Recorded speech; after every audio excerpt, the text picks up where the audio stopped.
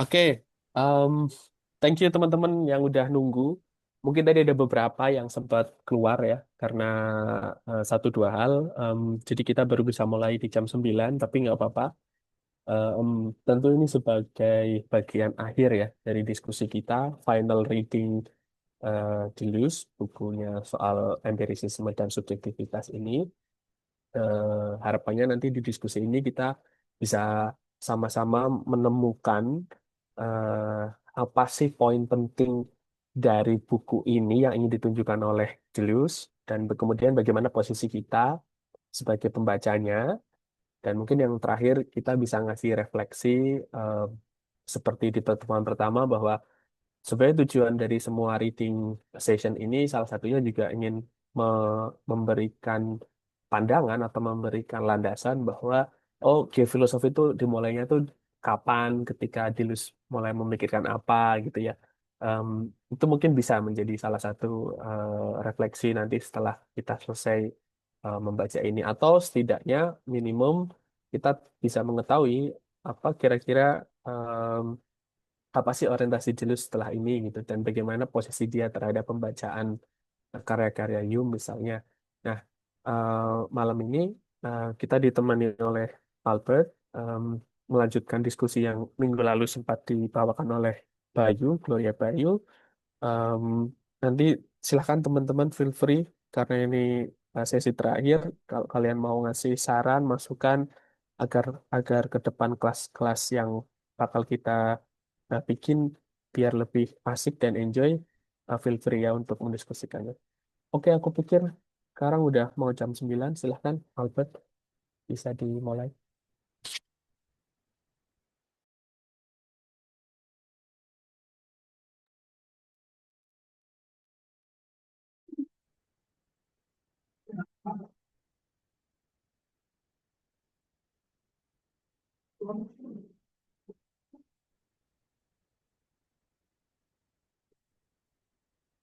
Oke, selamat malam teman-teman. Untuk slide-nya sudah terlihat ya? Udah, Bang. Aman, aman. Aman, Bet. Oke. Oke, terima kasih untuk teman-teman partisipan dari Reading Group Deleuze yang diselenggarakan oleh teman-teman Sasgio. Maaf, aku tadi agak terlambat karena agak terjebak macet. Tapi mungkin kita bisa langsung mulai aja untuk kita mencoba membahas apa sih yang menjadi poin akhir dari dua chapter terakhir dari buku yang mungkin sudah kita dalami selama mungkin 2 sampai 3 minggu terakhir ya. Dan dalam pertemuan ini kita akan membahas dua chapter, yaitu secara umum apa yang Deleuze amati sebagai The Principles of Human Nature dari David Hume, dan juga dia ingin menjelaskan juga pada akhirnya apa yang disebut sebagai purposiveness. Purposiveness di sini bisa kita bahasakan dalam bahasa Indonesia mungkin sebagai ini ya, kebertujuan atau keterarahan whatever, tetapi aku lebih suka untuk kita mungkin nanti bisa masuknya dengan menggunakan term dalam bahasa Inggris saja yaitu purposiveness. Dalam dua chapter terakhir ini, apa yang menjadi garis besar pembahasannya adalah Deleuze ingin mencoba merekap secara utuh atau mungkin juga secara singkat apa sih yang menjadi proyek utama dari David Hume gitu. Setelah mungkin kemarin secara komprehensif kita sudah lihat berbagai macam perintilannya. Di dalam pertemuan Mas Rangga kita sudah membahasnya bagaimana buku pertama Deleuze yang terbit tahun 1953 ini banyak berbicara secara konsekuensi sosial dan bahkan lebih jauh secara politik gitu. Di dalam reading group yang diselenggarakan oleh Bayu di minggu lalu, kita juga bahkan sudah melihatnya secara lebih detail bagaimana secara garis besar empiricism and subjectivity itu dimaknai oleh Hume secara spesifik. Bahkan kita juga dapat melihatnya bagaimana peran diskusi tentang supreme being itu juga dibahas secara lengkap oleh Hume yang kemudian diulas oleh Deleuze dan juga sudah dipaparkan oleh Bayu.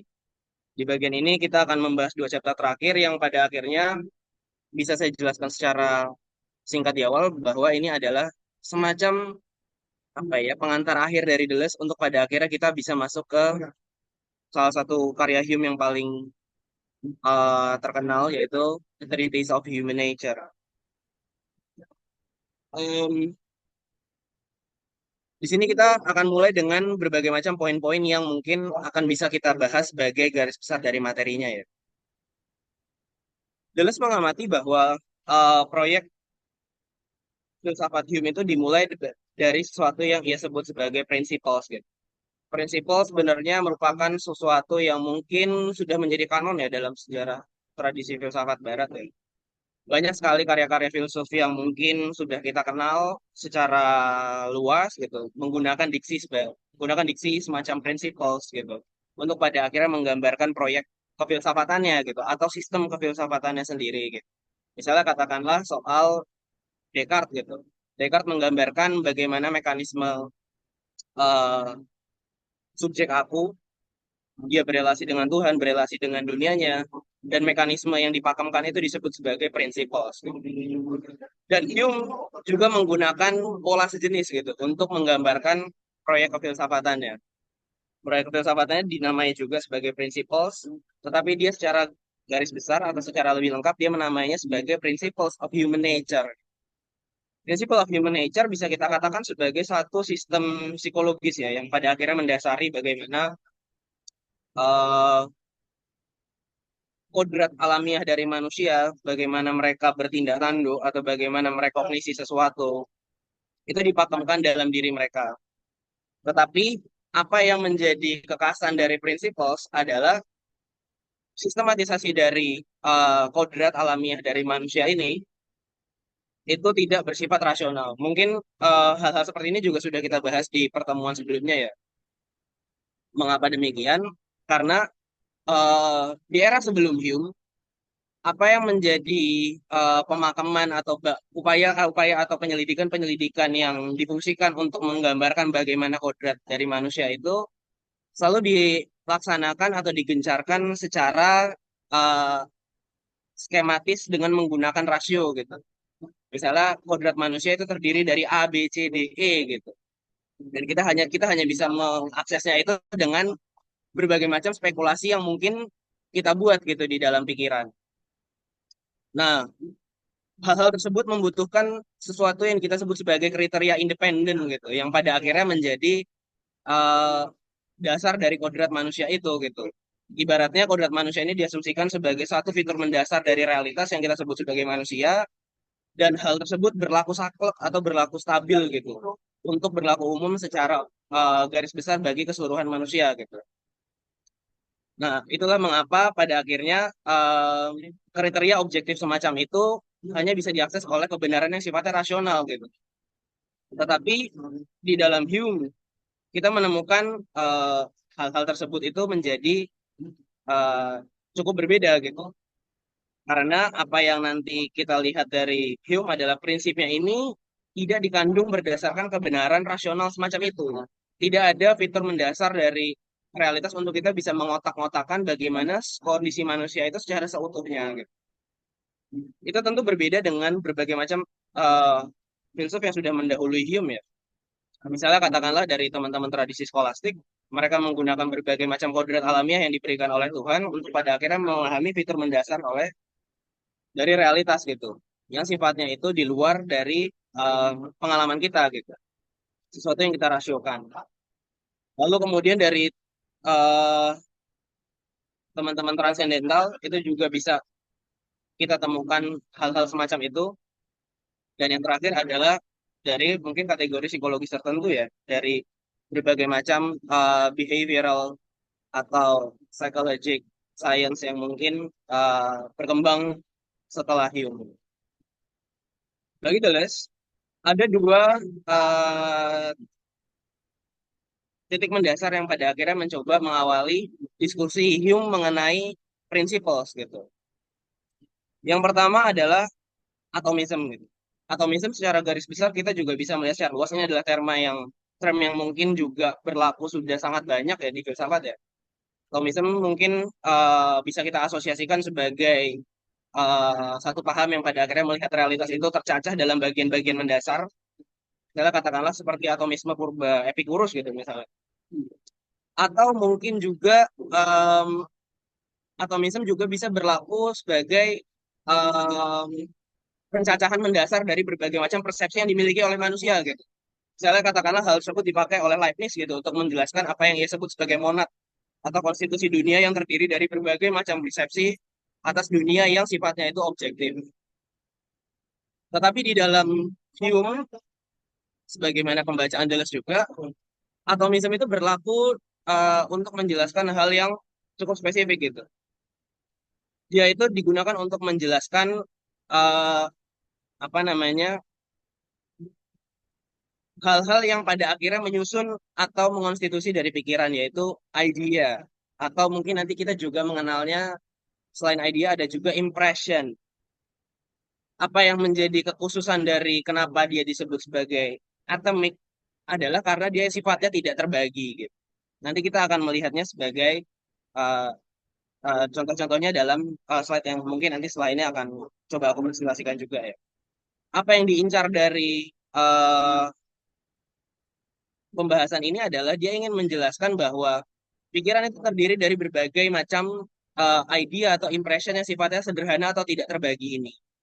Dan hal-hal tersebut tentu bertentangan dengan berbagai macam pemikiran atau karya kefilsafatan yang sudah mengasumsikan bahwa subjek itu adalah sesuatu yang saklek alih-alih dia sifatnya fluid berdasarkan berbagai macam ide yang terkumpul dalam pikiran kita gitu.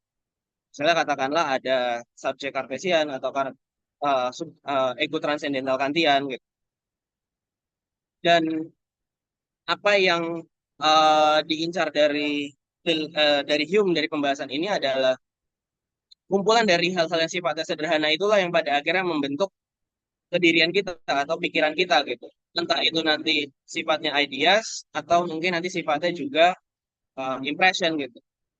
Dan hal tersebut mengakibatkan pembahasan mengenai subjek atau pikiran itu menjadi sesuatu yang sangat fluid gitu. Satu ide bisa terhubung dengan ide lainnya, setiap impresi bisa terhubung dengan ide yang lainnya. Bisa dia itu sifatnya seperti bongkar pasang gitu. Tergantung kita sedang mengalami apa, sedang dalam kondisi seperti apa gitu. Jadi tidak pernah ada satu bentuk kedirian yang sifatnya saklek gitu. Tidak pernah ada satu sifat dari manusia itu yang secara persis identik gitu dengan manusia lainnya seumur hidupnya gitu. Itulah kenapa eh, dia mengatakan bahwa pikiran disebut sebagai perpetual flux atau aliran abadi ya dari berbagai macam persepsi yang pada akhirnya masuk ke dalam diri kita. Itu yang disebut sebagai atomisme di dalamnya bahwa ada kumpulan idea atau kumpulan impresi yang sifatnya sederhana dan tidak terbagi dan dia itu nanti akan terhubung antara satu dengan yang lainnya. Dan keterhubungan itu dibahasakan oleh Hume dan di-highlight oleh Deleuze dengan apa yang ia sebut sebagai associationism atau keterhubunganisme ya. Apa yang ingin dilihat di sini adalah kita ingin melihat bahwa setiap pengindividuan di dalam pikiran tadi, seperti yang sudah tadi kita lihat dalam bentuk idea atau dalam bentuk impression, itu memiliki koneksi antar satu dengan yang lain gitu. Kedua kategori mendasar inilah yang pada akhirnya membuat pada akhirnya prinsipal itu dapat bekerja. Untuk pada akhirnya kita mencoba memahami Hume seperti yang tadi sudah aku bahas, mungkin ada baiknya juga kita bisa melihat alur garis besar bagaimana uh, idea atau impressions itu bisa masuk ke dalam pikiran untuk setiap subjek ya. Pintu gerbangnya itu dari setiap perception. Perceptions itu ya berbagai macam pengetahuan yang terberi di dalam diri kita. Teman-teman mungkin agak lebih dekat membahasakan ini dengan sesuatu yang disebut sebagai cerapan indrawi ya. Tetapi di sini Hume mencoba menghindari diksi yang disebut sebagai cerapan indrawi untuk pada akhirnya dijadikan sebagai kategori kategori mendasar dari subjek gitu. Karena setiap cerapan indrawi itu mengandaikan subjek yang solid gitu. Seolah-olah sumber pengetahuan kita itu hanya terkungkung dalam kelima indera dan tidak ada yang lain gitu. Oleh karena itu, dia menghindari diksi apa yang disebut sebagai serapan indrawi dan lebih untuk langsung membahasnya itu sebagai perception aja. Dan luaran dari perception ini itu disebut sebagai sesuatu yang sifatnya terberi atau given ya. Bayu mungkin sudah menjelaskan hal ini dalam pertemuan selanjutnya, jadi aku tidak akan membahasnya secara lebih lanjut juga. Aku akan langsung menggambarkan outputnya apa aja. Setiap perceptions itu memiliki 4 kategori pemilahan. Dua yang pertama itu adalah ideas dan juga impressions. Apa yang membedakan ideas dan impressions adalah ideas itu adalah eh, sesuatu yang pada akhirnya membuat kita bisa membayangkan sesuatu di dalam pikiran gitu. Sesuatu yang membuat kita dapat membayangkan sesuatu di dalam pikiran dan sifatnya itu eh, seperti image ya, image atau film gitu di dalam pikiran kita atau hal-hal yang dapat kita rasakan gitu. Dan setiap image itu selalu dibarengi dengan impressions. Impressions itu adalah feeling yang membarengi dari uh, image yang masuk ke dalam persepsi kita itu. Perbedaan ideas dan impressions itu tidak saklek, tetapi dia dibedakan di dalam derajat dengan bergantung dengan apa yang disebut Hume itu sebagai liveliness atau semacam derajat perasaan atau feeling yang ada di dalam diri kita supaya kita bisa memilah kapan kita bisa membayangkan sesuatu, kapan kita bisa merasakan sesuatu, kapan kita bisa membayangkan sesuatu berdasarkan perasaannya, kapan juga tidak gitu.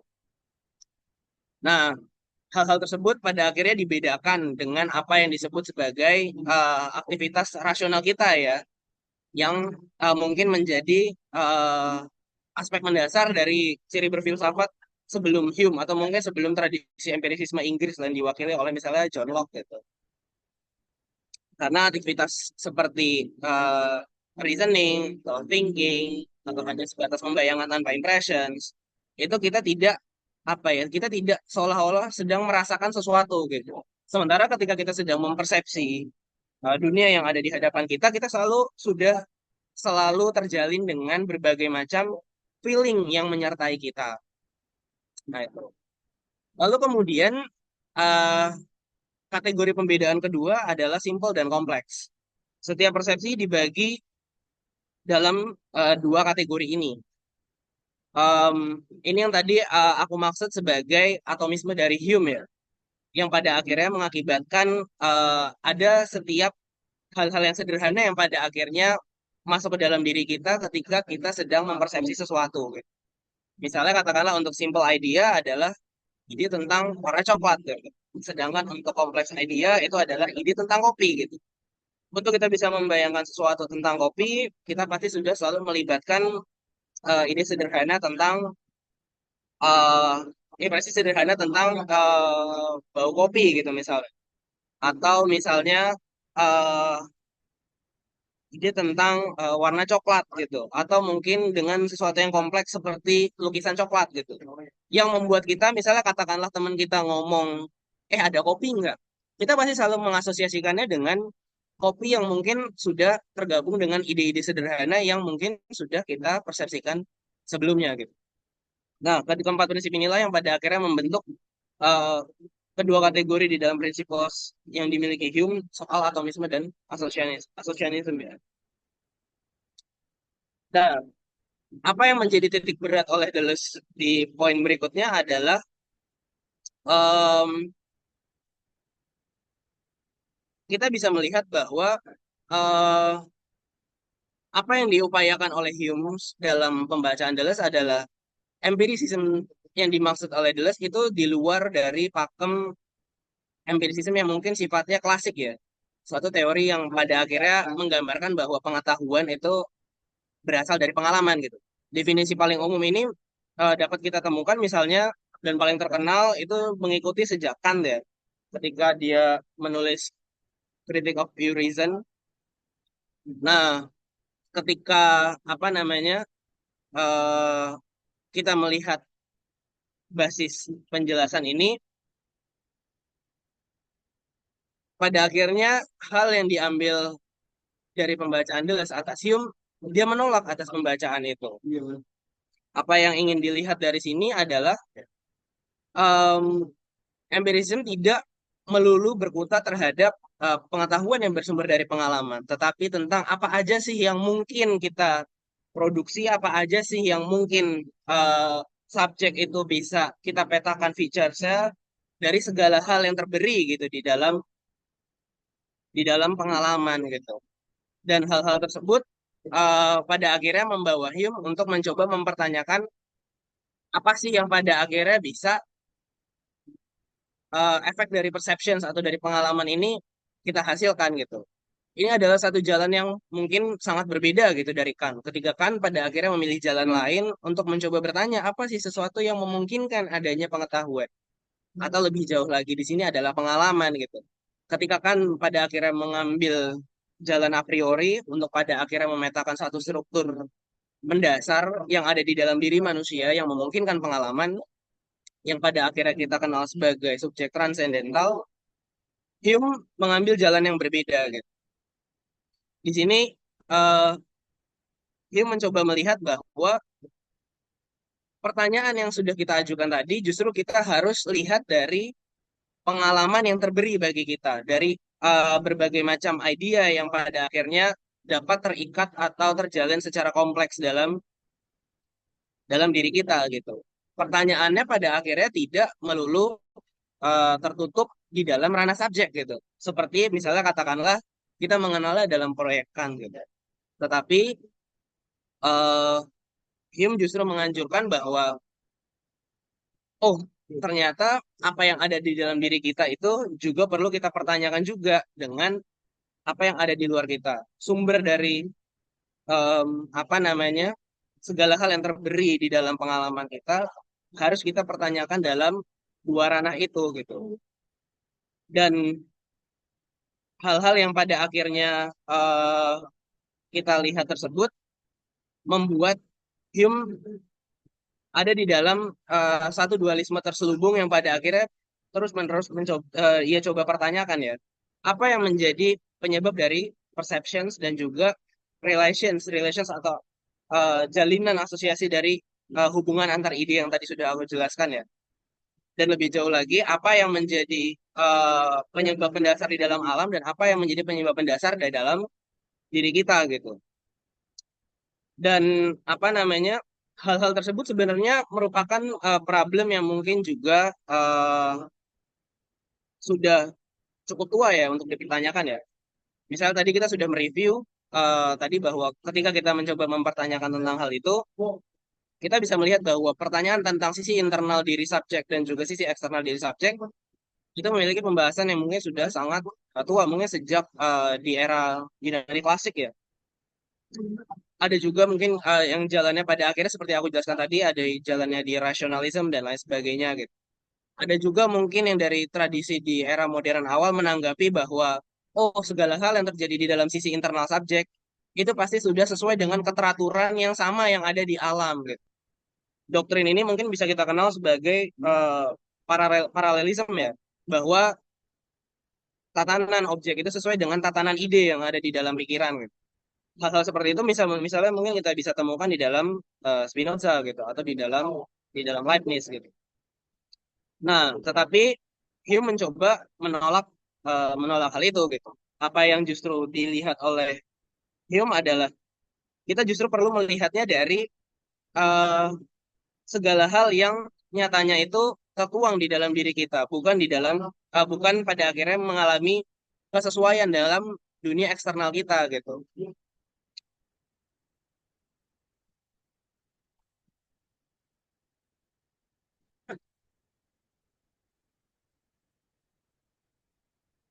Apa yang sudah pada akhirnya eh, dijelaskan oleh Hume ini itu pada akhirnya kita melihat bahwa apa ya jalan yang diambil itu tidak sesuai dengan apa yang diambilkan seperti yang tadi sudah aku jelaskan. Ketika dia mencoba melihat mempertanyakan sesuatu yang memungkinkan pengalaman, dia tidak beralih menuju ranah eksternal pengalaman gitu. Atau di dalam diri Hume kita bisa mengenalnya itu sebagai imagination ya. Tidak ada sesuatu yang pada akhirnya melampaui imagination, tidak ada sesuatu yang melampaui ideas atau the bundles of ideas gitu. Dan hal-hal tersebut pada akhirnya hanya bisa kita eh, bisa kita selidiki ketika pada akhirnya kita mencoba bermain di dalam ranah imagination itu gitu. Dan apa yang pada akhirnya nanti dilihat oleh Hume adalah sesuatu yang di dalam bab akhir itu kita sebut sebagai purposiveness, atau nanti mungkin kita bisa juga diskusi ya nanti untuk terjemahan purposiveness ini seperti apa, tetapi aku lebih suka menjelasnya ya antara kebertujuanan atau sebagai keterarahan gitu. Purposiveness ini dipertanyakan oleh Hume sebagai eh, upaya untuk menjembatani apa yang ada di dalam diri subjek dan apa yang ada di ranah eksternalnya gitu. Yang tujuannya adalah untuk kita bisa melihat em, kepresisian antara struktur yang ada di dalam diri manusia dan juga apa yang ada di luarnya gitu. Apa yang menjadi eh pada akhirnya apa yang menjadi titik akhir ketika kita mencoba melihat bahwa oh kita telah memahami apa yang ada di dalam diri subjek dan apa yang ada di luarnya gitu. Dan apa yang dicari oleh Hume adalah sesuatu yang pada akhirnya ia sebut sebagai being with ya. Being with itu dibahasakan oleh Hume sebagai kebersamaan kita dengan dunia yang ada di eksternal kita gitu. Sesuatu yang apa ya? Sesuatu yang pada akhirnya memungkinkan pengalaman kita, tetapi tidak hanya ada di dalam diri kita, tetapi berasal dari situasi eksternal yang ada di dalam diri kita gitu. Fokus mendasar dari hal ini adalah pada akhirnya kita jadi tidak hanya terfokus kepada subjek gitu atau apa saja yang pada akhirnya menjadi ciri mendasar dari subjek. Tetapi kita harus melihat subjek itu tidak sebagai sesuatu yang solid gitu, tetapi sebagai sesuatu yang terus-menerus bergerak, yang konten pengalamannya itu terus-menerus terakumulasi gitu. Ini pada akhirnya mendorong Hume untuk pada akhirnya melihat bahwa sesuatu yang disebut sebagai tindakan alih-alih berpikir itu menjadi sesuatu yang menjadi sangat signifikan gitu sebagai bagian dari principles of human nature. Oleh karena itu, ketika kita berbicara soal purposiveness, purposiveness itu pada akhirnya tidak berbicara mengenai satu apa ya, satu teleologi terselubung gitu ya. Untuk pada akhirnya kita melihat, oh ketika kita sudah tahu dunia internal kita, ketika kita sudah tahu titik eksternal kita, dan ketika keduanya bersinggungan, lantas apa gitu.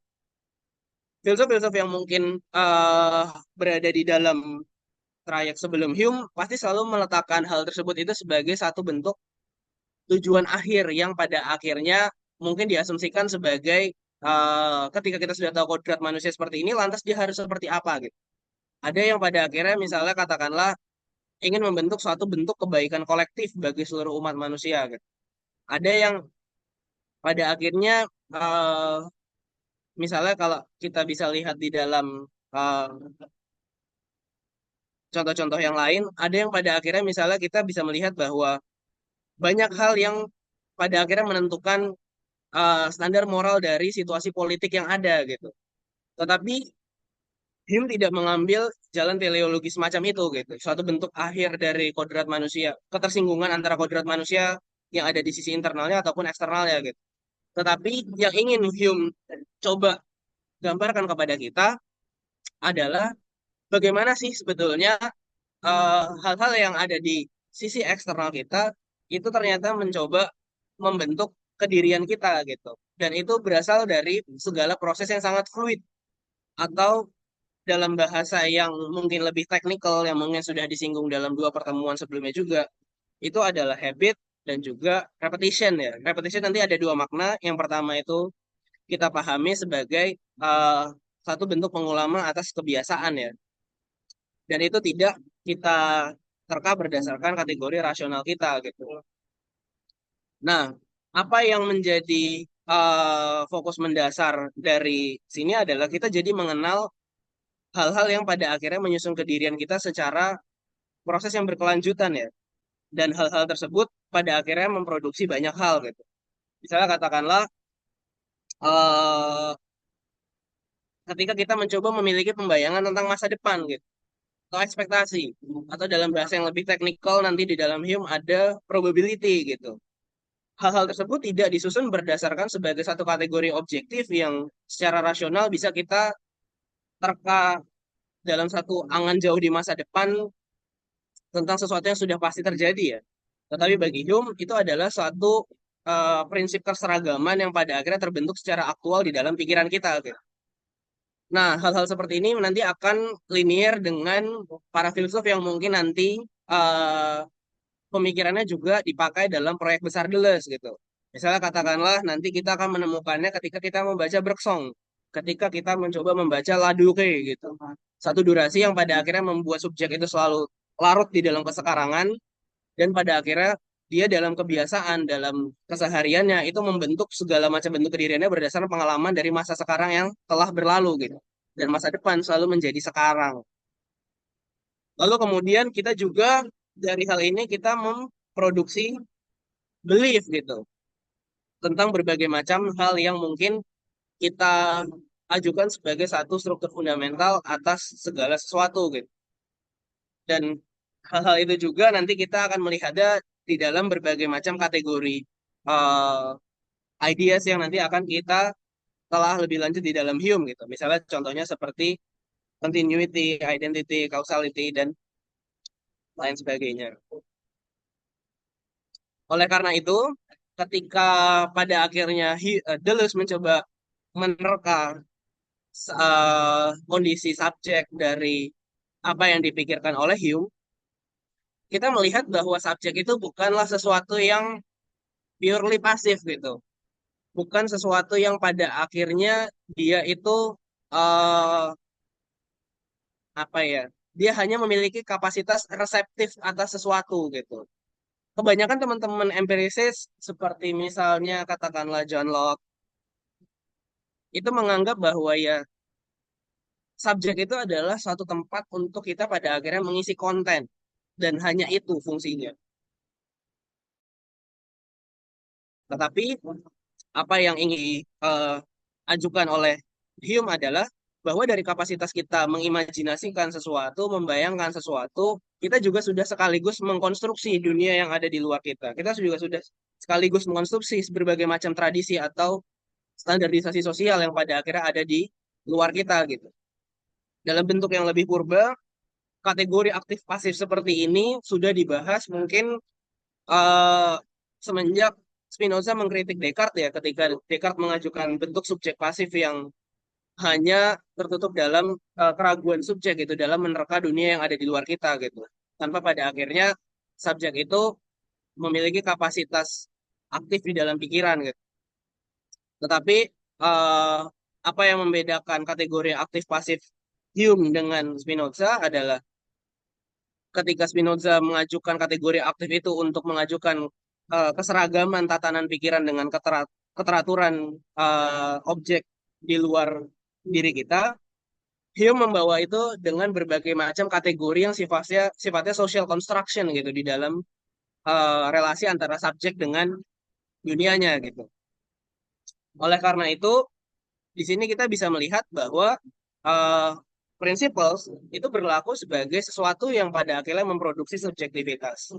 Kita bisa melihat bahwa subjek itu terkondisikan oleh berbagai macam hal yang ada di eksternalnya, tetapi juga sekaligus membentuk apa yang ada di eksternalnya.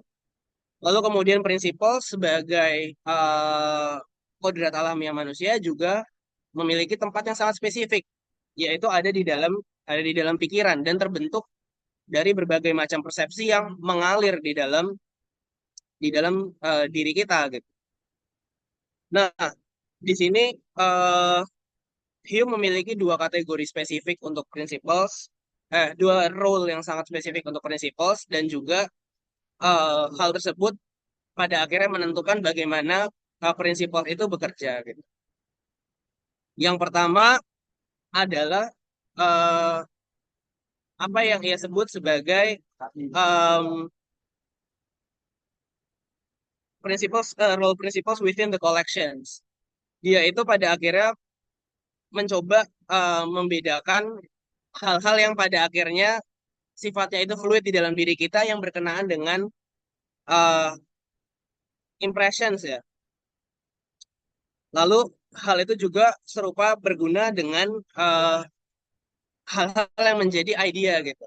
Jadi ketika posisinya impressions dan idea tadi kita ketahui ya bahwa tidak ada eh, dalam kondisi alamnya tidak ada sesuatu yang pada akhirnya secara spesifik itu terpilah dalam realitas ketika kita membahas konten atau hal-hal yang ada di dalam diri kita gitu. Tadi kita sudah belajar bahwa apa yang menyusun perceptions itu terdiri dari dua idea dan impressions dan keduanya dibedakan di dalam derajat gitu. Dan apa yang menjadi fungsi dari principles adalah untuk memilah itu semua gitu. Untuk memilah berbagai macam pembayangan-pembayangan macam apa sih yang kita temukan gitu. Apa sih perasaan-perasaan apa saja yang mungkin kita rasakan gitu. Keduanya membentuk dua jenis principles, yaitu principles of impressions, principles of passions, dan yang kedua adalah principles of association. Principles of principles of passions itu untuk membedakan struktur emosional yang ada di dalam diri kita berdasarkan perasaan yang kita alami tidak secara rasional, sedangkan principles of associations itu untuk membedakan berbagai macam pembayangan yang mungkin kita alami ketika kita sedang mempersepsi sesuatu menjadi berbagai macam hal yang sederhana gitu. Seperti tadi kita sudah belajar mengenai simple idea, simple impressions, dan lain sebagainya gitu. Nah, perlu dicatat juga penggunaan diksi selektif dan konstitutif ini untuk dua role yang tadi sudah aku jelaskan itu eh, tidak hanya membedakan principles of passion dan juga principle of associationism, tetapi juga menjelaskan bagaimana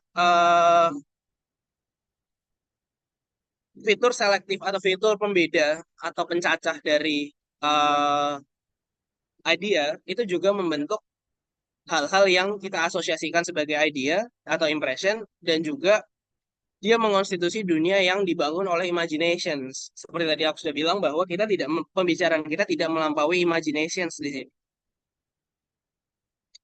Nah, untuk secara lebih detail kita akan menyelami berbagai macam jenis effects dan eh, hal-hal rincian dari principles of associations.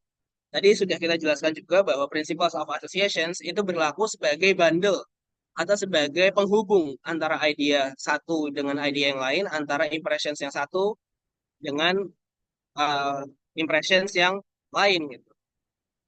Untuk jenisnya, principles of associations itu ada contiguity, resemblance, dan causality gitu. Apa yang dimaksud sebagai jenis-jenis dari principles of associations ini itu difungsikan untuk pada akhirnya mencacah atau uh, mencoba melihat kategori selektif macam apa yang mungkin kita pilah di dalam pikiran ketika kita sedang membayangkan sesuatu gitu. Misalnya ketika kita eh, sedang melihat kemiripan antar satu dengan yang lain gitu. Atau ketika kita sedang mencoba melihat sebab akibat antar satu hal dengan hal yang lain gitu. Nah, mungkin teman-teman di sini agak bingung gitu. Kenapa sih jenisnya itu harus katakanlah resemblance, harus causality gitu.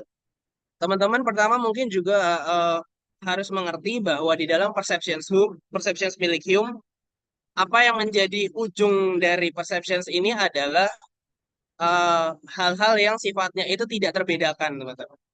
Atau apa yang sebenarnya sudah dipakamkan oleh Leibniz sebagai principles of identity of indiscernibles atau prinsip atas segala hal yang tidak terbedakan gitu.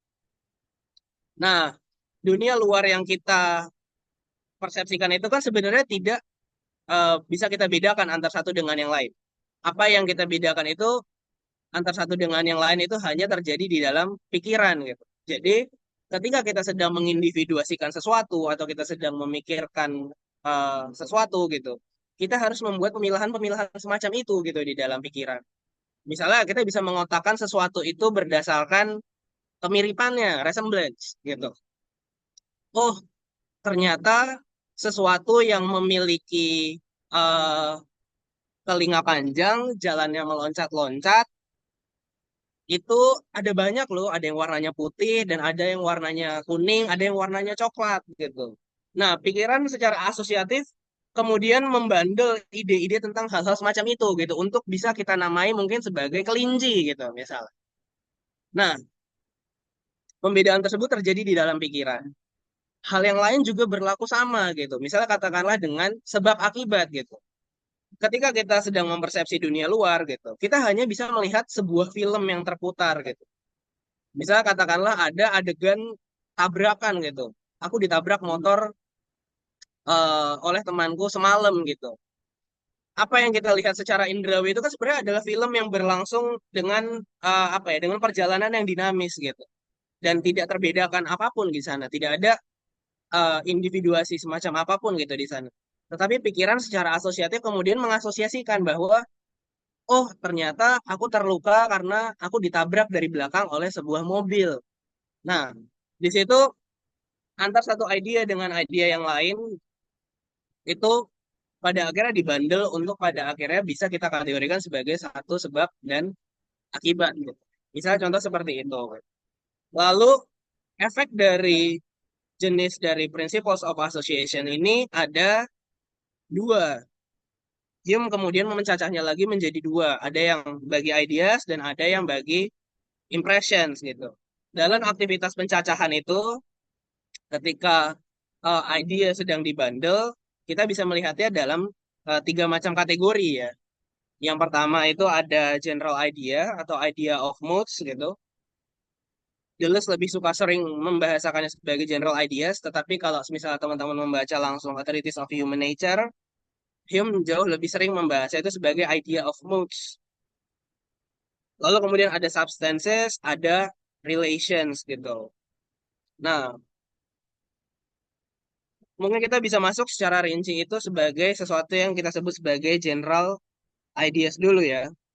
General ideas ini adalah sesuatu yang apa ya, berusaha mencoba menggantikan eh, term sejenis di dalam pembahasan tradisi kefilsafatan itu sebelumnya gitu, yaitu soal abstrak ideas gitu. Abstrak ideas itu diasumsikan sebagai satu kategori fundamental yang ada di alam yang sifatnya itu berlaku secara umum dan tidak berubah secara objektif. Tidak, kalau misalnya teman-teman mungkin membaca Descartes gitu, atau membaca Platon, atau membaca Aquinas gitu, kategori-kategori spesifik tentang ide-ide semacam ini itu pasti ada gitu. Dia dia mengajukan mereka itu mengajukannya sebagai satu apa ya, sebagai satu realitas yang sifatnya itu fundamental tak berubah, yang pada akhirnya pikiran itu mengasumsikannya itu sebagai sesuatu yang benar gitu. Atau misalnya kalau katakanlah meminjam bahasa Descartes, dia menjelaskannya itu sebagai clear and distinctive ideas. Suatu ide yang jelas dan terpilah dan itu diasumsikan sebagai sesuatu yang benar gitu. Misalnya contohnya apa? Misalnya contoh segitiga, bentuk segitiga secara umum gitu. Segitiga yang diasumsikan presisi yang sifatnya itu tidak berubah secara mendasar di realitas gitu.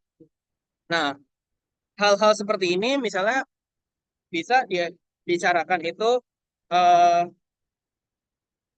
bisa dibicarakan sebagai sesuatu yang tidak mungkin diganggu gugat gitu di dalam alam, sehingga pada akhirnya dia menciptakan satu satu standar kebenaran dan kita hanya bisa me, apa ya, mengetahuinya itu dengan apa yang disebut sebagai abstraksi atau generalisasi ya, dengan kita menentukan bagaimana hal-hal tersebut itu pada akhirnya dapat kita pikirkan gitu. Tetapi bagi Hume, dia menolak segala macam standarisasi semacam itu gitu. Dia melihat bahwa tidak pernah ada ciri objektif semacam itu di alam gitu.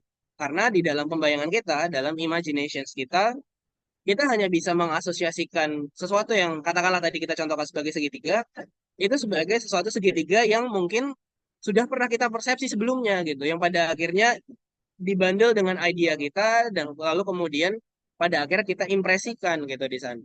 Oleh karena itu, tidak ada ide yang sifatnya itu secara mendasar itu objektif ya, eh, di alam secara konten idea ya. Tetapi dia pada akhirnya selalu merujuk kepada sesuatu yang sangat-sangat spesifik gitu. Misalnya katakanlah gambar segitiga yang pernah aku lihat kemarin sore. Gambar segitiga yang pernah aku dengar dari guru matematika aku gitu. Dan hal-hal seperti itu juga lah yang pada akhirnya nanti juga membentuk habit ya. Dimana ketika kita misalnya katakanlah mendengar satu segitiga tertentu, kita pasti akan selalu mengasosiasikan segitiga atau ya macam-macam ya. Nggak cuma segitiga aja, tetapi itu berdasarkan segala sesuatu yang mungkin sudah kita alami gitu. Nah, saya contoh kalau misalnya untuk general ideas itu seperti itu gitu. Dari ketiga jenis principles of association tadi. Lalu yang kedua ada substances. Substances itu adalah eh, objek dengan satu pengindividuan sesuatu dengan relasi predikatnya gitu. Yang mungkin kita kenal sebagai ya objek dengan kualitas-kualitasnya atau subjek dengan predikatnya dan macam-macam. Kalau relations adalah berbagai macam bentuk keterhubungan kita ketika kita sedang menerka suatu objek tertentu gitu. Misalnya katakanlah asosiasi keterhubungan objek dengan waktu, keterhubungan objek dengan ruang gitu. Lalu kemudian efek yang berikutnya di dalam impressions ketika kita sedang melakukan association adalah kita bisa melihatnya itu sebagai passion ketika kita melihat atau mempersepsi sesuatu ketika kita sedang secara selektif membedakan sesuatu antara satu dengan yang lain gitu. Misalnya katakanlah ketika kita sedang membedakan apa yang membedakan kelinci dengan anjing gitu. Nah, hal-hal seperti itu kan sebenarnya memiliki impressions yang cenderung rendah gitu. Misal contoh seperti sudah aku jelaskan tadi, ketika kita berbicara soal Hume, setiap eh, apa namanya idea sederhana yang belum dibandel, belum masuk ke principle of association, dia pasti memiliki derajat liveliness yang tinggi gitu. Dia memiliki apa ya, semacam kegairahan yang lebih aktif gitu dibandingkan ketika kita sedang memikirkan sesuatu, ketika kita sedang membedakan sesuatu dengan yang lain, ketika kita sedang menghitung sesuatu dan lain sebagainya, ketika kita sedang bernalar dan lain sebagainya, ketika di mana impressions kita itu cenderung lebih kurang terasa gitu karena kita sedang memikirkan sesuatu gitu. Nah, misalnya contoh seperti itu. Oleh karena itu, misalnya katakanlah Hume bisa memberikan efek dari principles of associations ini itu sebagai ketika di dalam impression itu ada calm passion juga ya. Ketika perasaan kita atau struktur emosional kita sedang cenderung tenang gitu. Ketika kita sedang bernalar dan lain sebagainya. Nah, selain apa namanya, selain pembendaharaan tadi, kita juga bisa melihat bahwa em, pencacahan tentang principle of associations itu juga bisa kita lihat dari idea of relations. Seperti yang tadi sudah aku bilang. Di dalam idea of relations, kita memiliki dua macam kategori ya. Yang mana yang satu bersifat alamiah atau kalau dalam bahasa sederhananya adalah setiap kali kita mempersepsi sesuatu kita pasti merasakan ini gitu atau kita pasti pikiran kita pasti bisa membendaharakan sesuatu tentang ini dan itu tuh dari apa yang disebut sebagai natural relations gitu. Yaitu misalnya katakanlah soal kemiripan, soal sebab dan akibat, soal time or place gitu. Ini misalnya contoh kenapa Hume meletakkan diksi soal natural ini ya. Itu karena dia mencoba kalau misalnya teman-teman membaca A Treatise of Human Nature khususnya mungkin kalau yang versi Edinburgh itu yang di ini ya, yang buku dua ya. Itu penelitian Hume adalah ketika dia mencoba membahas masyarakat kondisi alamiah masyarakat purba ya. Apa sih yang menjadi kategori mendasar masyarakat di era Hume dan ketika dia memendaharakan kategori atau ciri-ciri dari masyarakat yang jauh lebih purba dari kondisi di Skotlandia pada era Hume gitu. Nah, dari hasil rekap itu dia melihat bahwa apa yang menjadi ciri mendasar dari principle of associations adalah soal resemblance atau soal kemiripan gitu atau soal causation gitu. Kenapa misalnya katakanlah soal causation gitu? Misalnya katakanlah contoh kenapa causation itu adalah hmm,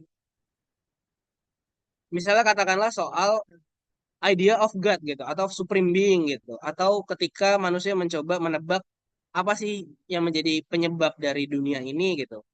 Nah, dari konten indrawinya, dari segala hal yang uh, ia pernah terima, ia mencoba antropoformiskan dunia untuk pada akhirnya mencari satu supreme being yang pada akhirnya membentuk dunia kita gitu. Hal-hal seperti itulah yang membuat idea mengenai God itu menjadi sesuatu yang sudah sangat tua dalam berbagai macam bentuk komunitas sosial dan itu sifatnya beragam, gitu. Misalnya seperti itu. Sedangkan itu di dalam philosophical relations kita melihat bahwa itu tidak melulu terjadi dalam berbagai macam perceptions yang kita alami gitu, tetapi harus di dalam berbagai macam hal-hal yang tidak melibatkan imaginations kita gitu, atau kadang juga melampauinya gitu. Misalnya katakanlah ketika kita sedang memikirkan soal tadi seperti yang sudah aku contohkan soal masa depan gitu, soal kemungkinan ataupun soal pengukuran dengan angka gitu. Nah, hal-hal seperti itulah yang pada akhirnya menjadi hal-hal yang sifatnya tidak aktual tetapi tetap terpikirkan. Misalnya contoh seperti itu. Misalnya contoh yang lain lagi gitu. Soal ruang waktu gitu. Soal ruang waktu kita pasti selalu mempersepsikannya di dalam dua fondasi ini gitu. Misalnya contoh ketika kita membahas soal ruang waktu di dalam Hume, waktu diasumsikan sebagai persepsi berturut-turut yang pada akhirnya terbentuk di sekitar kita gitu, sebagai sesuatu yang sifatnya itu berkesinambungan gitu dan pikiran kemudian mencacahnya menjadi misalnya katakanlah hitungan hari, hitungan jam, hitungan menit gitu dan lain sebagainya gitu. Begitu juga soal ruang. Ruang adalah segala macam bentuk batas persepsi yang misalnya katakanlah tertempel di kulit kita, mencuat terasa di lidah kita dan lain sebagainya gitu. Dan keduanya itu selalu menjadi batas apa ya, batas maksimum ketika kita sedang melakukan persepsi secara berkesinambungan. Nah, di samping principles of uh, association, kita juga melihat bahwa ada juga principles of passion gitu. Dan di dalam apa namanya? Di dalam principles of passion, kita bisa melihat bahwa ada dua uh, kategori gitu. Nah, pendapat ini didasarkan oleh apa yang Hume bilang itu menjadi pleasures and pains gitu. Jadi sistemnya itu nanti pleasures itu menghasilkan kebahagiaan, menghasilkan apa namanya hasrat untuk mencari kekayaan dan lain sebagainya itu ada banyak sekali. Lalu pains itu menghasilkan kesedihan, menghasilkan dendam dan lain sebagainya. Tetapi secara mendasar apa yang menjadi rules dari principle of patience itu adalah dua kategori mendasar itu. Nah, kedua uh, prinsipal ini itu kemudian uh, menghasilkan apa yang pada akhirnya uh, kita sebut sebagai dua pakem moralitas ya, yaitu soal good and evil gitu. Dan hal-hal itu pada akhirnya juga terproduksi secara secara afektif gitu. Apa yang menjadi menarik di sini adalah principle of patience juga menerima pengaruh gitu dari psychological needs gitu. Misalnya katakanlah ketika kita lapar, ketika kita haus, ketika kita sedang merasakan hasrat seksual gitu. Hal-hal seperti itulah yang pada akhirnya bisa kita katakan sebagai principles of patience gitu. Nah, principles of patience itu nanti masih akan dibagi menjadi dua jenis lagi gitu. Yang pertama adalah direct passion atau apa namanya, setiap impresi yang secara berkesinambungan atau secara bersamaan itu masuk ketika kita sedang melakukan mempersepsi sesuatu, yaitu disebut sebagai direct passions.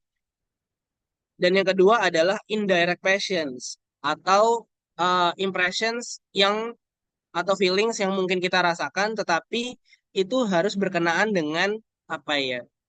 Dengan sekaligus berjalan dengan principle of associations atau ketika kita sedang bernalar atau kita sedang berpikir gitu. Nah, kalau di dalam direct passions kita bisa mengenalnya itu sebagai pleasure and pain yang tadi sudah aku jelaskan gitu.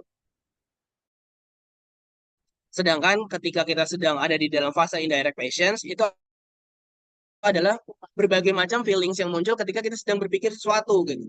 Misalnya katakanlah aku eh, sedang merasa dendam gitu dengan seseorang gitu. Nah, hal tersebut kan tidak bisa katakanlah soal dendam itu kan tidak datang ketika kita sedang mempersepsi langsung gitu, tetapi itu berdasarkan sesuatu yang tertumpuk secara terus-menerus ketika kita sedang berpikir secara terus-menerus memikirkan apa yang menjadi penyebab mengapa kemarahan itu terjadi, sehingga pada akhirnya kita bisa mengategorikan bahwa sesuatu itu disebut sebagai dendam gitu.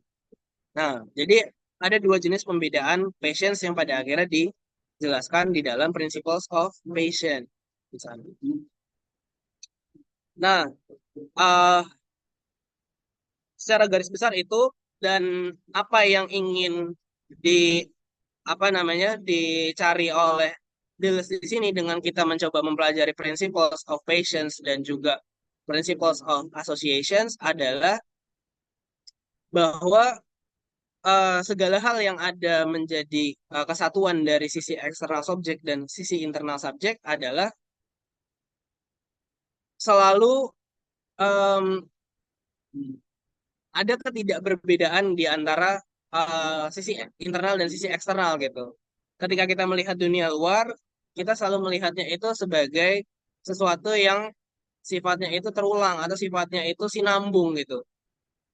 Tetapi hal-hal tersebut itu pada akhirnya mencoba kita bedakan gitu secara feelings dan juga eh, secara ini ya, secara ideas ya. Nah, apa yang ingin dicari oleh atau yang ingin di-highlight oleh Deleuze di sini adalah uh, proyek Hume yang ia sebut sebagai physicalism gitu. Yang pada akhirnya kita lihat bahwa setiap perceptions itu sudah didasarkan berbagai macam impressions yang terkonstitusi atas dunia eksternal kita gitu. Dan pembacaan akhir yang eh, pada akhirnya dapat aku ajukan di sini untuk pada akhirnya kita bisa melihat dua bab terakhir itu dari pembacaan Deleuze atas Hume adalah apa yang eh, di dua bab terakhir itu secara panjang itu dijelaskan sebagai intensif dan ekstensif schematism subject gitu. Kenapa schematism? Schematism itu dapat kita jelaskan itu sebagai sesuatu yang disebut sebagai pembendaharaan. Pembendaharaan di dalam imajinasi terkait apa aja sih yang ada di dalam diri kita dan apa aja sih yang ada di dalam apa aja sih yang ada di luar kita gitu. Nah, hal-hal tersebut kemudian dibagi menjadi dua ciri yang sangat spesifik gitu, masing-masing di intensif dan yang kedua itu ada di ekstensif gitu. Misalnya contoh kalau misalnya di intensif kita mengenalnya sebagai passion, sebagai habit, sebagai imagination, lalu kita mengenalnya itu secara kualitatif atau tidak terbagi gitu. Lalu kemudian itu dia juga memiliki kemampuan untuk kita mengasosiasikan antara satu ide dengan ide yang lain gitu. Sedangkan untuk dari sisi ekstensif, seperti tadi aku jelaskan di natural relations, kita bisa melihat bahwa uh, hal-hal tersebut menjadi ciri mendasar dari hal-hal yang sifatnya itu kuantitatif gitu, atau terbedakan secara uh, asosiatif gitu di dalam idea gitu. Dia bisa menjadi terbagi gitu.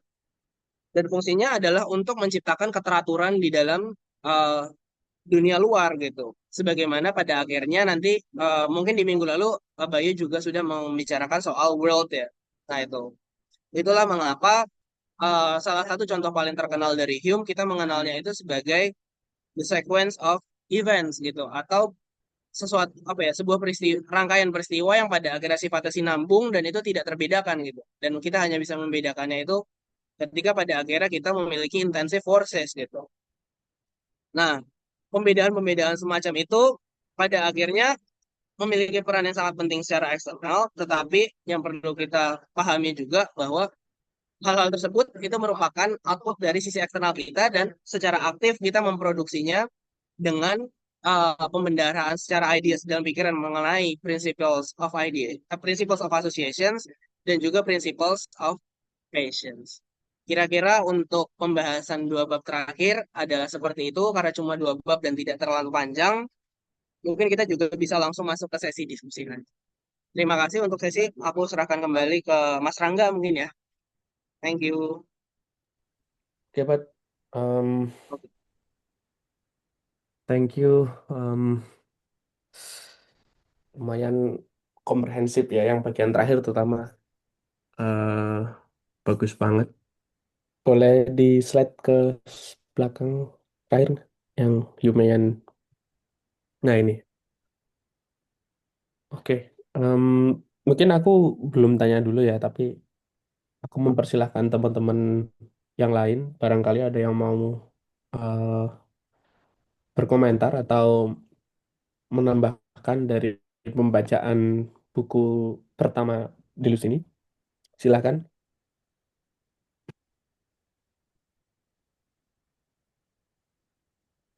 barangkali ada yang mau memulai. Bayu, mungkin. Ya, terima kasih Albert atas penjabaran yang sangat komprehensif dan beberapa ide kunci tadi sudah disebutkan juga ya.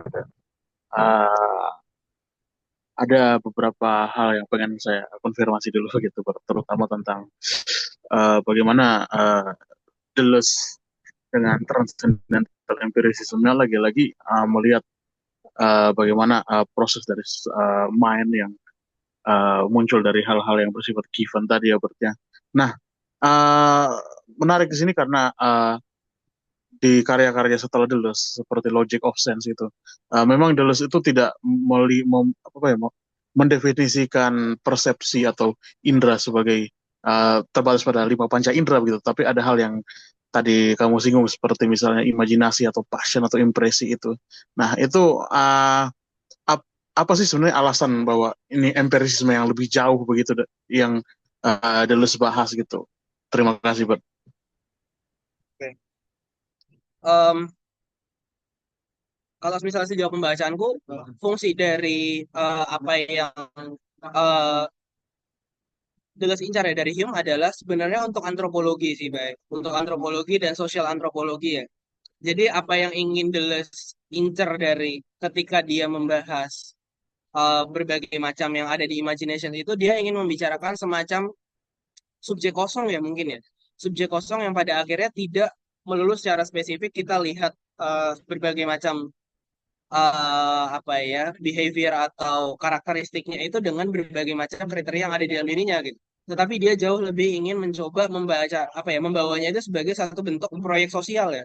Satu proyek sosial yang pada akhirnya memungkinkan bahwa tadi seperti tadi kita sudah lihat di purposiveness kita melihat bahwa kesinambungan antara bertemunya sisi internal dan eksternal subjek itu fungsinya adalah untuk melihat bahwa apa yang ada di luar diri kita dan di dalam diri kita itu memiliki satu standar yang sifatnya itu berbeda-beda gitu di masing-masing komunitas sosial gitu. Apa yang menjadi tarikan lebih jauh dari sini adalah aku melihatnya ini sebagai satu bentuk fondasi untuk kita bisa melihat nanti di dalam proyek-proyek Deleuze setelahnya ketika misalnya contoh kita membahas soal apa ya nomadic subject gitu misalnya. Ketika subjek itu bergerak secara fluid, bergerak di antara masing-masing komunitas sosial, lalu kemudian dia selalu terpengaruhi antara satu dengan yang lain, berorganisasi bersama komunitas sosial masing-masing gitu. Atau di dalam situated knowledge gitu. Ketika kita melihat bahwa ternyata apa yang ada di dalam produktivitas pikiran kita itu tidak ditentukan melulu oleh hal-hal yang melulu sifatnya itu saklek gitu di dalam subjek gitu.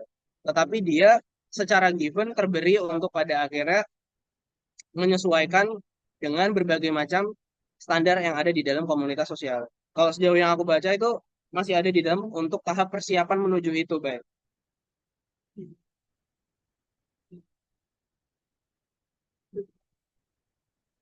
Baik. Ah, sorry, ternyata belum terbuka. Terima kasih buat penjabarannya. Oh iya, Eh, ya, cukup menarik ini.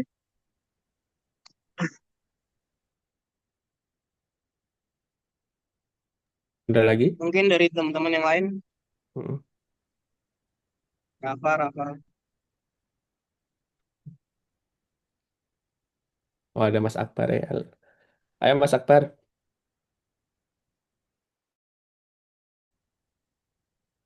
Ya apa? Silahkan kalau ada yang lain. Any thoughts? Any suggestions? Insights?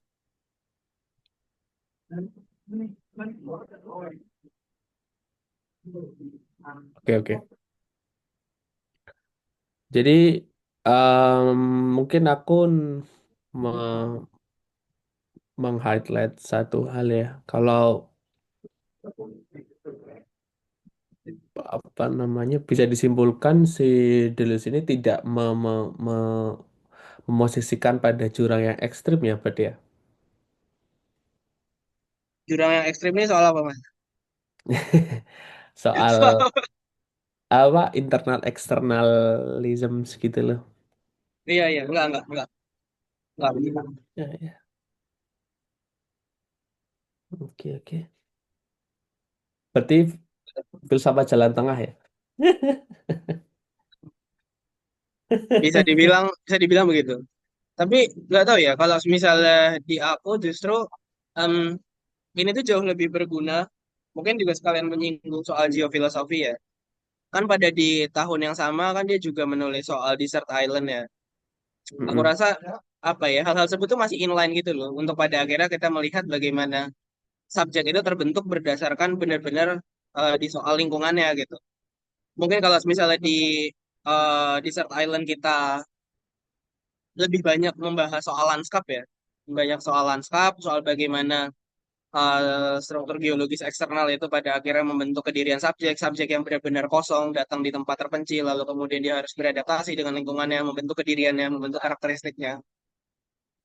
Dan hal-hal itu kemudian pada akhirnya mencoba eh, apa ya, Deleuze mencoba mencoba mencari lebih jauh kira-kira ketika ada di dalam eh, struktur internal subjek, kira-kira apa yang bermain yang ada di dalam sana gitu, sehingga pada akhirnya kita bisa melihat bahwa subjek itu tidak melulu hanya soal merasionalisasikan sesuatu gitu, hanya pure apa ya? Mungkin kalau misalnya di masa-masa Hume kan kita melihatnya bahwa pertentangan besar dari teman-teman rasionalis itu kan sangat kuat ya, untuk pada akhirnya ya pikiran memiliki fitur mendasar, dia harus pada akhirnya mencoba menyelidiki fitur-fitur mendasar dari realitas itu dengan pikirannya, lalu kemudian rasio memegang kendali atas hal itu gitu. Sementara dari sisi yang berlawanan justru sebenarnya tidak gitu. Dari sisi eksternal justru pada akhirnya membentuk kedirian subjek dan subjek pada akhirnya sifatnya produktif juga gitu terhadap terhadap domain eksternalnya gitu. Sehingga pada akhirnya kalau misalnya di Desert Island kita bisa melihat kenapa sih kok bisa ada apa ya misalnya katakanlah penciptaan artefak kebudayaan, lalu penciptaan standar-standar sosial gitu, penciptaan eh, asal mula segala sesuatu gitu. Bagaimana awalnya eh, subjek kosong yang terlempar di dalam pulau, dia menebak-nebak dia ini berasal dari mana? Apakah dari penciptanya yang dewa ini, dewa itu gitu.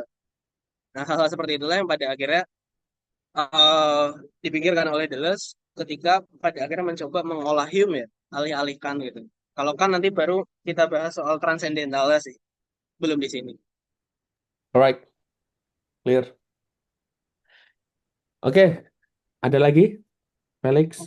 Amri mana hilang lah. Tadi ada berapa ya? Dua, dua, tiga. Oke. Brodil, Mbak Laila, atau mungkin Hairi, ada komentar sebelum kita mengkonklude ya. Sebenarnya udah disimpulkan sih. Tapi silahkan kalau ada masukan atau barangkali kita bisa mendiskusikan eh, karena mungkin selanjutnya kita akan lanjut ke buku berikutnya ya.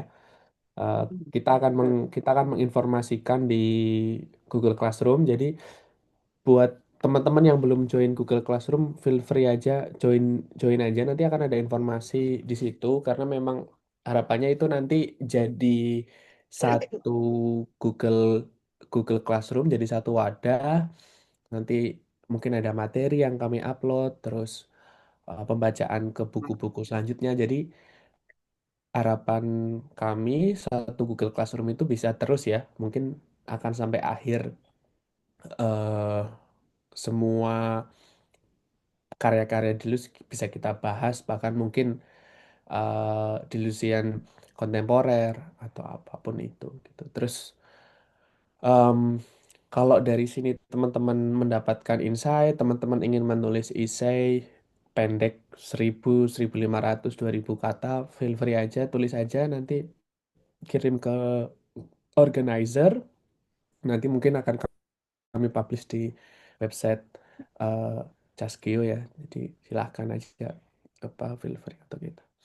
Ya silahkan tadi kayaknya ada yang open mic, Deal? Bukan ya?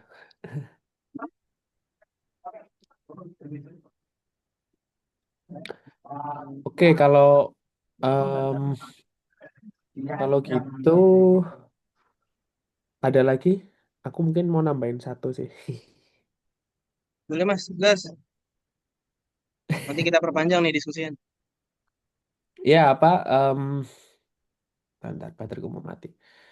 Jadi aku mikir bahwa pada akhirnya eh, pembacaan pembacaan Deleuze terhadap Hume ini dia dia ini ya dia mencoba untuk merumuskan eh, satu posisi satu pandangan bahwa empirisme itu pada akhirnya tidak tidak dibuang begitu saja tapi justru kalau aku bayangin ya justru itu jadi semacam jalan untuk memahami bagaimana em, si lanskap itu memberikan pengaruh yang cukup signifikan gitu loh. Aku merasa. Jadi ya oke katakanlah tanpa satu fakulti empiris, kita mungkin tidak bisa mengetahui bagaimana si lanskap itu membantu dan membentuk kita gitu ya. Contoh paling sederhana menurutku em, sekarang itu dalam geologi ya misalnya, dalam geologi itu ada 4 revolusi. Jadi ada 4 revolusi. Yang pertama itu revolusi soal penemuan deep time. Deep time itu perdebatan soal pembagian waktu, eh, kapan bumi itu lahir, kapan terjadi evolusi, bagaimana setiap zaman geologi itu punya ciri khas dibantu dengan ciri-ciri khas paleontologinya, jenis-jenis paleobiologinya dan seterusnya. Adalah revolusi yang dikenal sebagai tectonic revolution. Itu perdebatan antara dua kaum, kaum fiksis dan mobilis. Ya kurang lebih perdebatannya apakah mantel bumi itu bergerak atau enggak gitu dan seterusnya lah. Terus yang kemudian yang ketiga adalah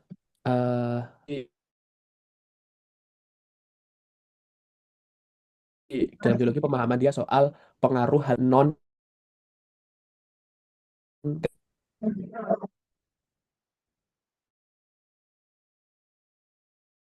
kami bagaimana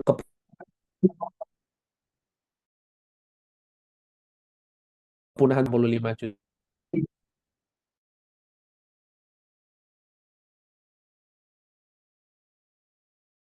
million years ago gitu kan.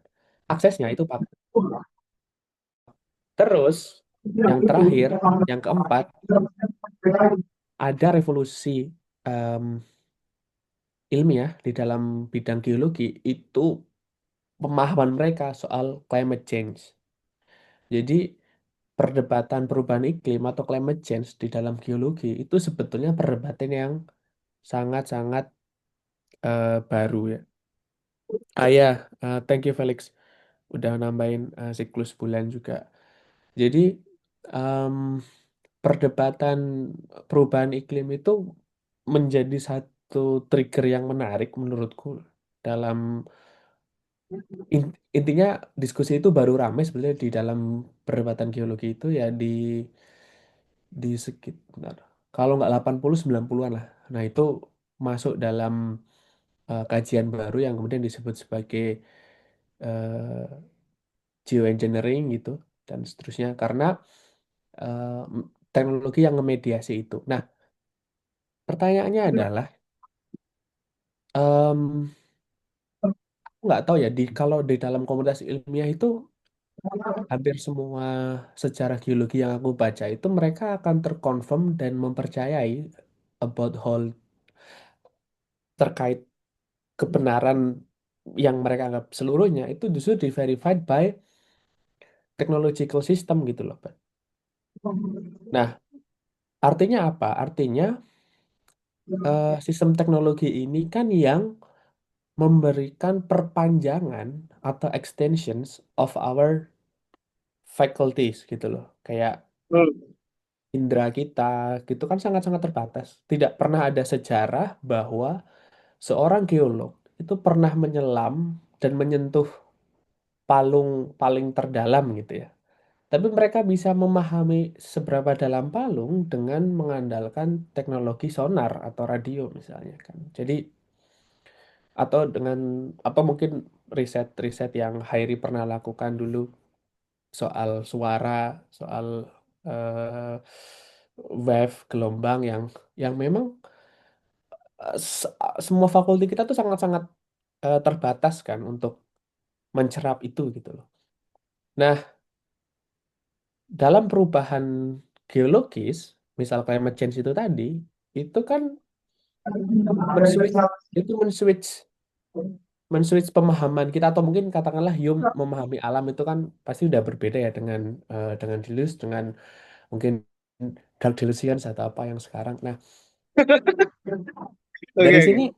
dari sini menurutmu gimana, Bad? Memosisikan technological itu karena atau justru Deleuze itu malah memberikan ruang bagi orang-orang yang mohon maaf memiliki keterbatasan dalam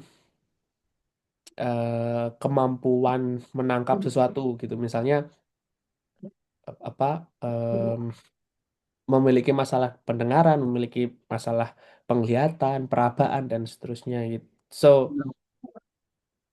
gimana Pak? Apa yang kamu pikirkan soal itu? Oke. Em, Pertama mungkin ini dulu ya. Soal batasan dari filsafat Hume dulu. Hume itu menjadi sangat apa ya, sangat berguna itu untuk membahas eh, sesuatu itu by effect, aktual dan apa ya, mungkin bisa juga historis dan lain sebagainya. Karena Hume itu kan pakemnya itu kan sebenarnya adalah principles of uniformity of nature ya. Dia itu fungsinya adalah untuk kita bisa mempelajari berbagai macam apa ya, komunitas sosial atau sifat manusia itu berdasarkan segala sesuatu yang mungkin sifatnya itu aktual sudah terjadi dan kemudian dia menebak atau sorry, kemudian dia memetakan gitu. Kira-kira dari habit atau custom semacam ini atau dari lanskap yang sudah terjadi seperti ini, perilaku manusia atau perilaku komunitas sosial itu menjadi seperti apa gitu. Nah, perlawanannya adalah segala bentuk pengetahuan yang sifatnya itu prediktif atau tidak aktual. Iya, iya, iya, tidak aktual gitu. Segala sesuatu yang mungkin sifatnya itu eh apa ya? Dia itu asumsinya sudah menjadi lebih jauh gitu loh, menjadi lebih jauh dan dia tidak pada akhirnya tidak secara langsung itu membentuk kedirian dari kedirian dari subjek gitu. Itulah alih-alih predictions dia lebih beralih ke habit gitu dan apa namanya luaran dari hal-hal itu nanti adalah ya semacam ya penelitian antropologi kayak etnografi dan lain sebagainya gitu gitu. Nah, hal-hal semacam itu sebenarnya kalau misalnya ditanya dari sisi Hume sendiri, dia titik beratnya itu daya tawarnya, ya, daya tawar dari proyeknya itu ada sebenarnya adalah itu gitu. Fungsinya adalah untuk pada akhirnya kita melihat hal-hal semacam itu. Tapi kalau misalnya pada akhirnya kita coba perluas, misalnya katakanlah em, kita mencoba menebak apa ya, kita mencoba menemukan hal baru yang kemudian mencoba mengonstitusikan berbagai macam bentuk komunitas sosial gitu. Saya katakanlah meteor jatuh besok, apa sih kemungkinan yang akan terjadi gitu. Nah, itu menjadi batasan dari filsafat Hume gitu. Untuk pada akhirnya dia tidak bisa beranjak dari kesekarangan itu tadi itu loh, Pak. Nah, jadi dia itu fungsinya Ya. itu benar-benar dari ya secara aktual, secara slow proses gitu. Mhm, Bukan mhm. pengetahuan prediktif yang apa namanya eh, terlalu apa ya, terlalu lambat ya. Inilah kenapa Iya, iya. pada akhirnya misalnya dalam pembacaan yang lebih ke kontemporer gitu, nggak kayak apa ya, kayak kayak Measu gitu. Dia kan memperlakukan Hume itu kan pada akhirnya sebagai apa ya, promotor untuk realitas itu yang sifatnya kontingent gitu, sifat yang hampir mustahil tertebak gitu, tidak sorry, mustahil tidak tertebak gitu ya, meskipun pada akhirnya dia mencoba memanfaatkan matematika pada akhirnya, tetapi kan itu juga nggak ini, tetapi proyek dari Hume itu pada akhirnya memang mentoknya itu sebenarnya sampai di situ. Nah, kalau misalnya pada akhirnya ditanya soal entitas, sorry, soal prediksi yang lain lagi gitu, soal misalnya katakanlah aku sempat memikirkan penelitian geofilosofi seperti ini.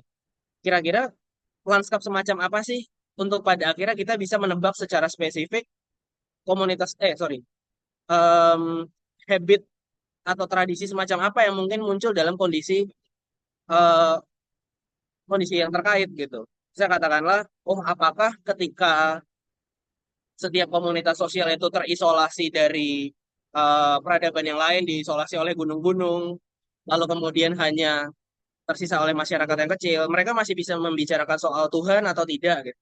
Lalu kemudian artefak kebudayaan macam apa yang mungkin tumbuh gitu. Nah, prediksi-prediksi seperti itu kan sebenarnya limited gitu. Tetapi ketika dia sudah menjadi fakta historis, nah itu baru bisa kita petakan, dan Hume baru punya daya tawar tuh di area semacam itu gitu loh. Ya kira-kira kalau dari aku kayak gitu. Mungkin dari teman-teman yang lain siapa Ya tahu sih. ada pembacaan lain. Ya, ya aku pikir gitu ya apa. Tapi aku terus membayangkan loh kalau dulu itu sebenarnya kan membuka soal imajinasi ya. Maksudnya ada karakteristik yang menarik di dalam Deleuze yang berusaha untuk diadvokasi dan bahkan diakomodasi, yaitu imajinasi ya. Apa? em, aku pikir imajinasi yang mungkin udah tertuang dalam berbagai karya, baik baik baik arts, literatur gitu ya, atau bahkan science, apa, dalam dalam genre sains itu kan ada sains fiksi kan. Di dalam banyak bentuk sains fiksi ada yang terjadi, ada yang tidak. Misal membayangkan sains fiksi gitu. Kata seseorang 2030 Indonesia bubar misalnya kan kayak gitu ya. Ya, Itu kan akan jadi perdebatan gitu ya. Dan kemungkinan akan kemungkinan tidak hanya 50-50, mungkin akan jadi banyak bubarnya karena apa gitu. Namun em, dalam proyek-proyek filsafat yang menjatuhkan diri pada teori-teori probabilitas, terus teori-teori yang menjawab banyak kemungkinan. Nah, si kemungkinan ini kan akan jadi regularitas tuh loh. Kalau di betul. dalam Kalau yang tadi sebelum kamu masuk, aku sama Hairi sempat membahas soal proyeknya Pitt, soal neo rationalism. Itu salah satu proyek dia adalah dia ingin memberikan tawaran bahwa bagaimana prediksi-prediksi yang tidak bisa diselesaikan, bahkan ya Humean atau bayangan-bayangan transendental filsuf-filsuf sebelumnya itu bisa diselesaikan hanya dengan eh, bantuan komputasi. Atau kalau aku mulai memikirkan kembali bahwa mungkin apa yang dikhawatirkan oleh geolog hari ini, ketika patterns of uncertainty in climate change itu bisa di patterning jadi satu pola yang, oh nggak apa-apa loh kita terjadi anomali, ada loh solusinya untuk ini itu, ada loh cara untuk mengadopsinya gitu. Nah, Deleuze melalui Hume, dia kan memang memberikan satu tawaran pendekatan yang disebut sebagai habit kan. Habit. Kalau di minggu lalu, Bayu mencoba untuk mengadvokasi bahwa passion ini bisa jadi satu hal yang menerobos tuh loh. Menerobos, menerobos ketidakpastian jadi sesuatu hal yang lebih training gitu loh. Sesuatu hal yang pasti gitu. Nah, gimana ya? Aku mikir gitu sih. Maksudnya, ataukah pada kondisi paling ekstrim lah, gagasan-gagasan kita terhadap yang pasti itu akan rontok gitu loh. Mesti kayak faktanya aja banyak orang yang eh, sekarang di dalam kasus climate change itu mereka tetap masih bisa survive gitu loh. Eh, Orang lebih bisa survive karena climate change daripada karena perang gitu. Maksudnya kan perang, genocide itu kan random banget ya, tiba-tiba ngebom ngebom penduduk, tiba-tiba ngasih apa serangan fosfor, serangan Ya, biologis mendadak terus betul. orang mati gitu. Tapi alam, nature, meskipun terjadi climate change menjadi dua perdebatan karena natural causation atau karena juga anthropocentric causation, misal karena apa penggunaan oil, gases gitu-gitu, jadi eh, gas rumah kaca meningkat dan seterusnya. Tapi itu yang lain. Tapi adopsi habit habituation si subjek itu bisa survive gitu loh. Mesti kayak aku sekarang mulai membayangkan bahwa jangan-jangan justru passion ini juga lumayan menakutkan gitu loh. Mesti kayak si si si si si subjek karena saking ekstrimnya dia berpindah-pindah nomad itu, jadi Hmm. dia akan lebih mudah untuk mengeksekusi gitu kayak kan impactnya menjatuhkan bom atom dengan menunggu meteor jatuh itu kan beda ya, maksudnya kayak Iya, kita betul, bisa betul, melakukan perang kapanpun, besok pasti perang dunia ketiga juga bisa gitu loh, the end of betul, betul. civilization which is possible gitu loh. Tapi dinosaurus tuh bisa bertahan jutaan tahun gitu Iya, karena betul, random betul. aja gitu. Terus ya sebenarnya bukan random sih, tapi karena itu terjadi terus mereka punah gitu loh. Tapi ya ya itu dia, aku mikir kok justru ada hal-hal yang patterning causation yang dibayangkan oleh Hume yang ada di luar tuh malah bisa terjadi karena faktor internal itu sendiri gitu loh. Maksudnya kayak si subjek itu sendiri, dan itu kayaknya sama Hume kan belum di cover ya, tapi nggak tahu sih. Gitu, sorry sorry sorry teman-teman, kayak Belum, random belum. thought aja. Belum, belum. Tapi itu menarik sih, maksudnya kalau misalnya mau apa ya, mau dibuka lebih lanjut untuk maksudnya ya membahas soal contemporary human ya, gitu. Itu menjadi satu hal yang mungkin cukup menarik untuk pada akhirnya kita melihat role of patience di dalam Iya, berbagai macam bentuk habits gitu sebenarnya.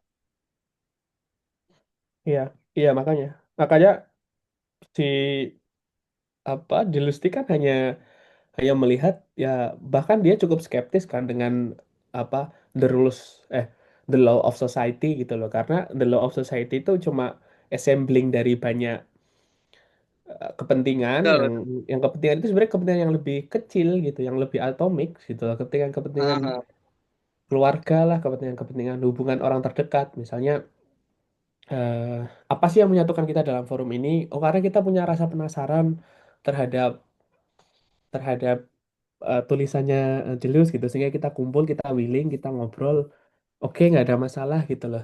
Kemudian kita bisa mengklaim ini sebagai democratic classes gitu, karena kelas-kelas iya, yang iya. demokratis. Tapi at the same point kalau kita ngomongin state itu kan udah udah lebih gede lagi gitu, udah lebih udah lebih. Oke oke oke, sorry. Silakan teman-teman yang lain, mungkin kita masih ada waktu ya sebentar. 7 menit lah mungkin. Bayu, ada lagi Bay? Iya, Malaysia mungkin. Ya, silakan. reason di sini, Bro. Kemarin tuh minggu lalu sebenarnya kan Deleuze dalam selanjutnya itu membagi-bagi kan, reason itu bukan sebagai sesuatu yang innate gitu, tapi bisa kalau sangat reduksionis ya, uh, eksplanasiku ya, reason itu sebagai sesuatu yang praktikal gitu loh. Nah ini Hmm. sebenarnya menarik jika kita membahas karena setelah apa ya, di kayak orang-orang kayak Sellars atau orang-orang kayak hmm, Carnap mungkin ya, itu kan membahas riset ke situ juga gitu. Jadi apakah analytical turn Deleuze itu mungkin ketika membaca Hume gitu? Berat. Kalau di analytical terus gimana ya? Hmm, aku rasa kalau apa ya, kalau misalnya problemnya seperti itu, aku belum bisa jawab. Karena kalau misalnya apa ya? Aku rasa kalau misalnya di Deleuze tuh dia punya satu gaya eksplanasi sendiri gitu loh, yang pada akhirnya eh dia itu jauh lebih ingin berbicara bagaimana sih kita bisa stay in logic, gimana kita bisa berbicara soal theoretical foundations gitu. Secara ini ya, secara kemungkinannya ya. Tetapi bukan pada akhirnya kita berfokus di sana gitu. Tetapi kalau misalnya dari apa human Deleuze, kita justru jadi bisa jadi jauh lebih mengerti gitu loh. Kenapa um, hal-hal yang mereka pelajari dan lain sebagainya itu itu bisa terjadi gitu. Itu nanti mungkin akan jauh lebih menarik juga ketika nanti kita membahas ini ya, logic of images ya. Nah, hal-hal seperti itu nanti akan kita bahas misalnya ketika misalnya kita sudah masuk ke ranah itu gitu. Tetapi so far kalau misalnya apa dari Hume kita aku rasa masih belum punya bekal yang apa ya cukup luas gitu loh untuk masuk ke pembahasan itu. Ya emang sih kelemahan dari Hume kan itu ya, maksudnya problem kita baik sebetulnya karena kita membaca Deleuze sudah lebih jauh gitu loh. Jadi untuk menahan menahan Gak bisa. proyek Sebenarnya agak Hume, nahan-nahan itu Pak. ya makanya si Hume ini ya udah seperti seperti Benar. Hume gitu ya. Itu sehingga kayak ya ada Seller, ada Simondon, ada siapa lagi itu kayak kan nggak kenal lah dalam dalam tulisan ini tidak ada, tidak ada hal tersebut. Tapi cuma yang keren ya memang ini sih pembacaan dia terhadap pattern itu akan memberikan inspirasi ya pada karya-karya selanjutnya nantinya. Problemnya masih problem metafisika klasik sih sebetulnya, causation ya kan, terus Betul betul. Masih probability, klasik. uh, uh, inference gitu. Problem-problem metafisik klasik lah masih masih masih menarik gitu. Belum Events, belum sampai manusia itu. iya betul betul. Oke, ada lagi insight terakhir mungkin. Kalau enggak, kita coba concluding ya. Silahkan Albert, diriku, dan Bayu Eh, sebagai tiga pembaca. Siapa dulu? Mungkin ya aku tadi pen udah ya sekilas ya. Kalau pembacaanku terhadap karya ini, em, pertama jujur em, lebih mudah sih membaca karya ini ya. Apa? Lebih mudah membaca karya Deleuze yang ini karena aku merasa Deleuze tulisannya rapi itu pertama gitu. Terus yang kedua dia jelas meskipun akan lebih mudah ketika teman-teman membaca buku ini dengan bersamai dengan komentator ya. Itu mungkin akan lebih si memudahkan pemetaan dia. komentatornya kemarin siapa sih yang Mas Rangga baca tuh? Siapa? Rove ya, Rove ya. Ya, Ya, Rove ya. Rove itu Edinburgh University itu akan memudahkan teman-teman buat memahaminya. Jadi menurutku itu itu kesanku ya membaca karya ini. Mungkin yang kedua nanti kita akan info lagi sih. Mungkin nanti ketika kita menginfokan akan membaca buku apa, kita akan memberikan PDF-nya. Jadi kalau kemarin kan membacanya per weeks ya. Jadi silahkan nanti kita kasih PDF-nya, kalian bisa membaca terlebih dahulu. Jadi nanti pas di minggu pertama ketika kita mulai mendiskusikan, nah baru kita bisa baca bareng-bareng. Oh ya ini ada pertanyaan kah? ya komen komen komen dari Mas Fer. Buat Mas Rangga tadi soal climate. Oh ya, thank you Khairi. Ya ya ya ya, benar benar benar. Ya itu apa antroposin itu sebenarnya cara cara kita menggantikan holosin ya sebetulnya. Cara kita melihat karena dalam pendefinisiannya kan holosin itu kan pattern yang lebih stabil kan. Apa? Karena Pleistosen itu dianggap sebagai puncak ketidakstabilan, lalu Holosin dianggap sebagai kestabilan alam, jadi the stable of nature, sama munculnya long summer. Nah, karena long summer itu apa manusia itu bisa adaptasi kan dengan lingkungannya gitu. Eh, Sehingga kemudian disebut sebagai Holocene, dan Holocene itu sendiri juga dipilih artinya sebagai zaman yang kesekarangan gitu, kayak kesekarangan, jadi kayak apa, nounus whatever, jadi kayak itu dia. Nah terus em, turning pointnya kenapa kemudian ketidakstabilan itu muncul, sebenarnya pengaruhnya karena sebetulnya ide soal antropos itu kan udah lama banget ya. Itu ide yang sudah bahkan muncul sejak abad ke-18 ketika para geolog mencoba untuk mengkritisi kembali wacana-wacana geologi yang sangat sangat Tuhan banget, Iya, sangat iya. itulah, sangat transcending gitu kan. Jadi kayak dia diturunkan bahwa mereka bahkan mengklaim dalam datingnya disebut sebagai what's called the age of human gitu pada saat itu. Terus kemudian menginspirasi para pemikir setelahnya. Terus di tahun 1950 60-an muncul gerakan-gerakan seperti ekofilosofi, environmental philosophy mulai kenceng banget. Terus ekofeminisme juga mulai muncul. Nah, di situ apa namanya? Orang mulai memikirkan gitu loh ketidakstabilan alam itu gitu kan. Apalagi dengan masifnya industrial. Terus muncullah di tahun 2000-an ide soal antroposin itu yang menggugat soal stabilitas si si Holocene itu, sebetulnya sih seperti itu ya. Terus itu semua justru diratifikasi bukan oleh tubuh saja tapi oleh teknologi gitu loh. Apa ya, kita lebih percaya dengan label-label yang diberikan oleh teknologi gitu, alih-alih kita mencoba sendiri kan. Maksudnya dalam radikal empiris, kalau kita mau tahu rasanya panas ya bagusan kita sentuh kan api itu gitu kan.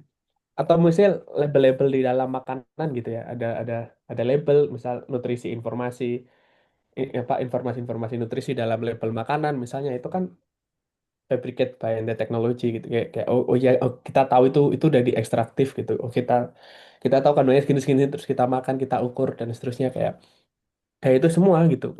Bahkan di dalam apa modern sport misalnya ya, setiap jengkal makanan yang kita konsumsi itu pun dihitung gitu ya, setiap gerak, setiap apa, oh kamu harus jalan kaki 10.000 langkah dan seterusnya biar sehat dan apa, kayak it's many things. Sebagai orang modern itu kayak banyak hal tuntutan gitu, tidak hanya tuntutan sosiologis tapi tuntutan biological juga, yang semua diadopsi eh, bukan bukan dari biologically itself tapi juga terbantu karena teknologi itu gitu. Jadi kayak aku memikirkan ribet gitu ya. Maksudnya kayak mungkin Zoom kalau hidup di era sekarang, tulisan dia soal empirisme akan 100% berubah ya, tadi yang sempat disinggung juga oleh Mas Heri gitu ya.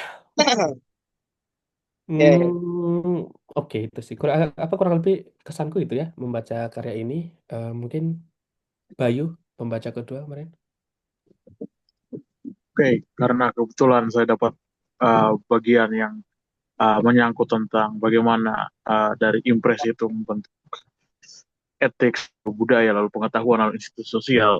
Saya bisa bilang pemikiran pembacaan Deleuze terhadap Hume ini cukup mengasihkan gitu ya. Dari bagaimana tadi subjek bukan ide simpel bisa menjadi subjectivity, lalu subjectivity bisa menjadi dunia. Saya kira kita butuh lebih banyak perhatian terhadap Deleuze Praguatari mungkin mas, seperti itu mungkin.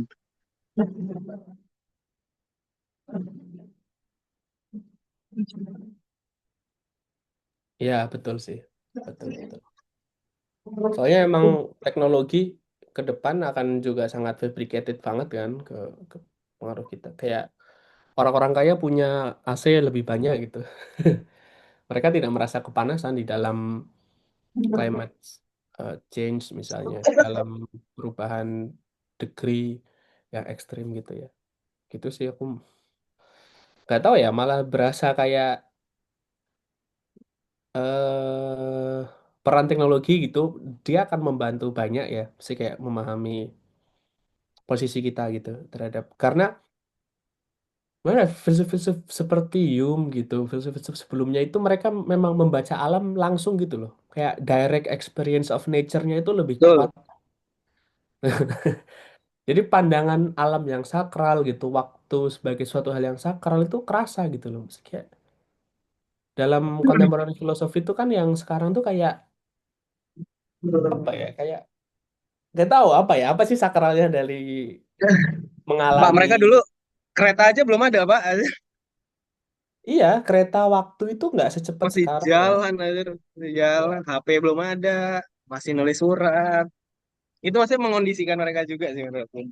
Ya, aku membayangkan seperti itu sih. Kalau dalam Bruno Latour, dia melihatkan seperti itu ya, bagaimana pengkondisian teknologi sesederhana apapun mengondisikan dirinya. Ya mungkin kita juga kan rasa gitu ya, kayak kita capek gitu lihat berita random gitu, misal karena Betul. punya ketergantungan. Oke, mungkin gitu. Thank you, Bay. Berarti subjek ya, pertanyaan soal the mind ya, yang masih disisakan. Kalau kamu, Bay, Bay lah, Albert. Ya, aku rasa tadi aku udah cukup ya, maksudnya menggambarkan apa sih yang menjadi daya tawar dari project ini. Daya tawar project ini adalah ya bagaimana landscapes membentuk uh, human atau social communities, dan aku rasa juga kalau misalnya kita pun mau mengobok-ngobok Hume, dia pun juga belum bisa masuk ke isu spesifik yang mungkin sudah menjadi contemporary studies ya, karena aku merasa juga Hume masih bagian dari para filsuf-filsuf yang berusaha menjelaskan dunia besar ya, yang nulisnya masih apa, treatise, traktatus, masih ya semua apa ya, semua features dari dunia ini dijelaskan dan dirapel dalam satu buku. Jadi em, apa ya, tingkat generalitasnya itu masih tinggi gitu.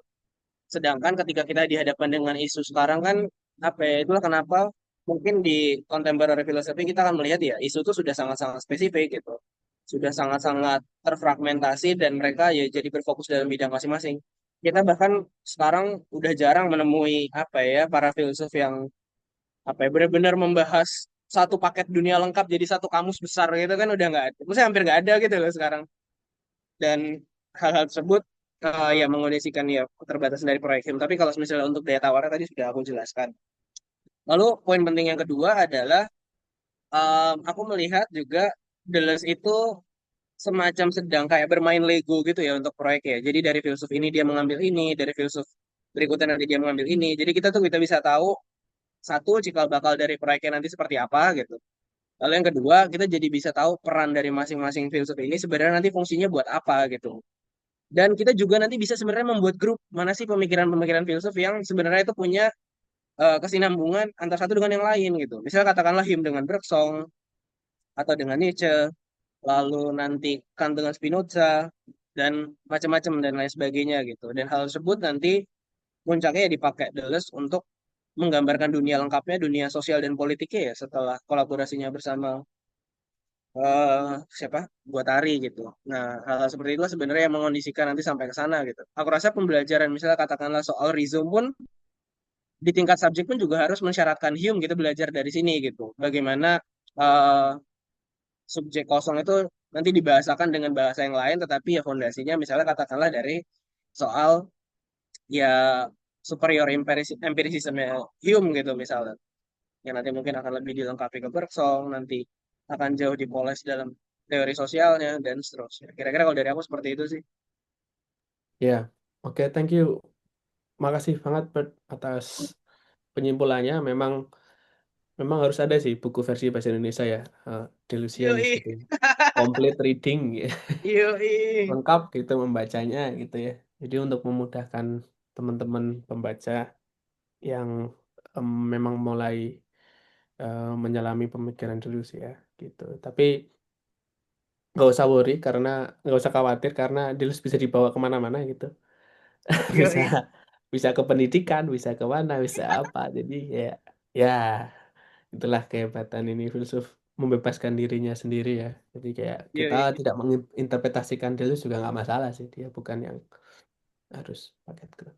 Oke, makasih semuanya partisipasinya selama 3 minggu terakhir.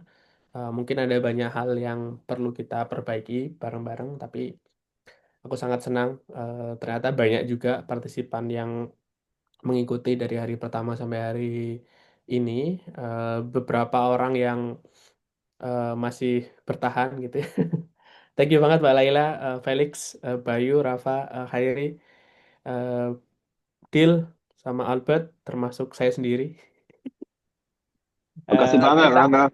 ya sama-sama Khairi. I Let me think know we for we next week. will, yeah, I think we will inform on the next our reading sessions. Ya, Jadi kita akan nanti lihat. ya. Eh, Ya Mbak Laila, silahkan nanti pas sesi Deleuze and Education gas aja kan. Dirimu sebagai praktisi pendidikan menurutku menarik juga melihat pemikirannya. Thank you.